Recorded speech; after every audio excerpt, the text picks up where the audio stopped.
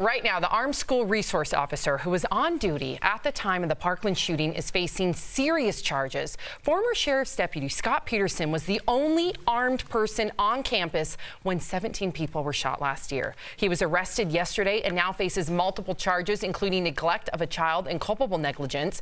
Peterson did not go into the building during the shooting. Instead, he hid at the base of a stairwell for 48 minutes, according to a Public Safety Commission report. Here's what he told the Today Show last year.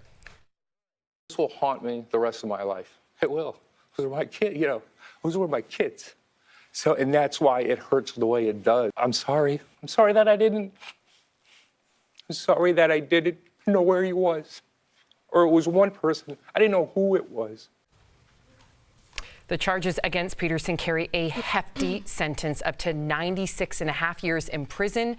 The commissioner of the Florida Department of Law Enforcement says, quote, former Deputy Peterson did absolutely nothing to mitigate the MSD shooting. There can be no excuse for his complete inaction and no question that his inaction cost lives.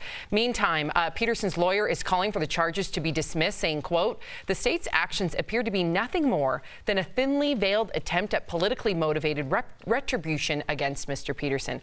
Tori, before we dive in here, because I know we all feel a certain way about this, legally. Yeah. This is huge, and it's rare. So just so you know, usually when you have child negligence, that goes to the parents or someone in charge. Constitutionally, the Supreme Court has ruled over and over again that the police don't have a constitutional need to protect the normal people. So for him to be charged with child negligence, that means he was caregiving of the children. Culpable negligence means it's as bad as driving through a crowded sidewalk with your car. You have to prove it was that negligent. I think that's going a little excessive. I understand some of these parents say, I have nothing to say except to rot in hell, says Fred Gutterberg. You could have saved my daughter. You didn't. So I understand, but are we not using this gentleman as a scapegoat for all of the anger for Parkland? And I think that's the thing here, is I think that he's become the fall person. However, I got to have duality of thought here. As a parent, I would be furious because not only did he hide for 48 minutes, he also did not investigate where those shots were coming from.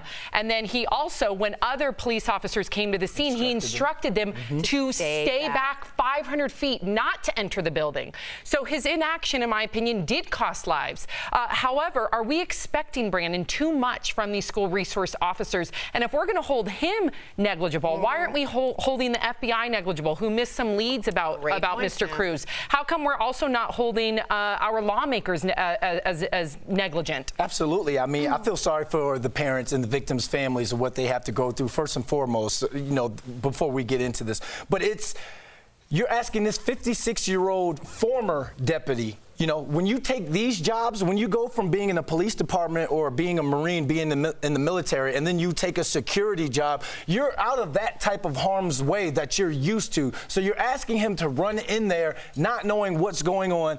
And this is why I'm saying, I'm sorry, Sam, this is why we need to arm teachers. That's why we need to have What if one of your teachers... Okay, let's play that out. Let's get Stephanie in here real quick. So what I think obviously the sentencing here is absolutely ludicrous.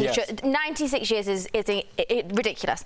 But what I do think we should learn here, and what America should learn here, is that if you are going to have security in these situations, they need to be properly trained. That means yearly training, possibly every 6 months. But he was properly trained. What? But how was he? How? He obviously he was hiding. I don't think... No, the former police deputy isn't someone who's used to being the line of fire. I'm talking about military training. I'm talking about in the UK when our police or anyone who has a gun has to go on a course of a minimum of 3 months. I think, Stephanie, that's to my point, though. Are we expecting too much from these resource officers? Somebody with a pistol to go into a building with someone with an AR-15.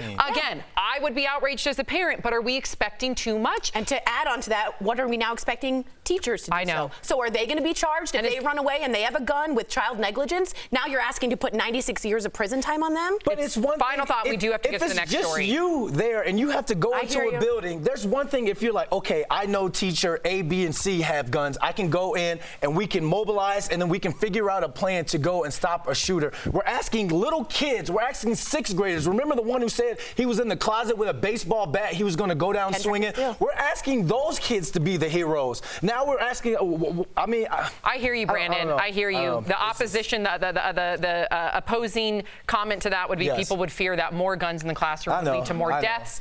But I think everybody just wants a solution already. We are all up in arms about this. Yeah.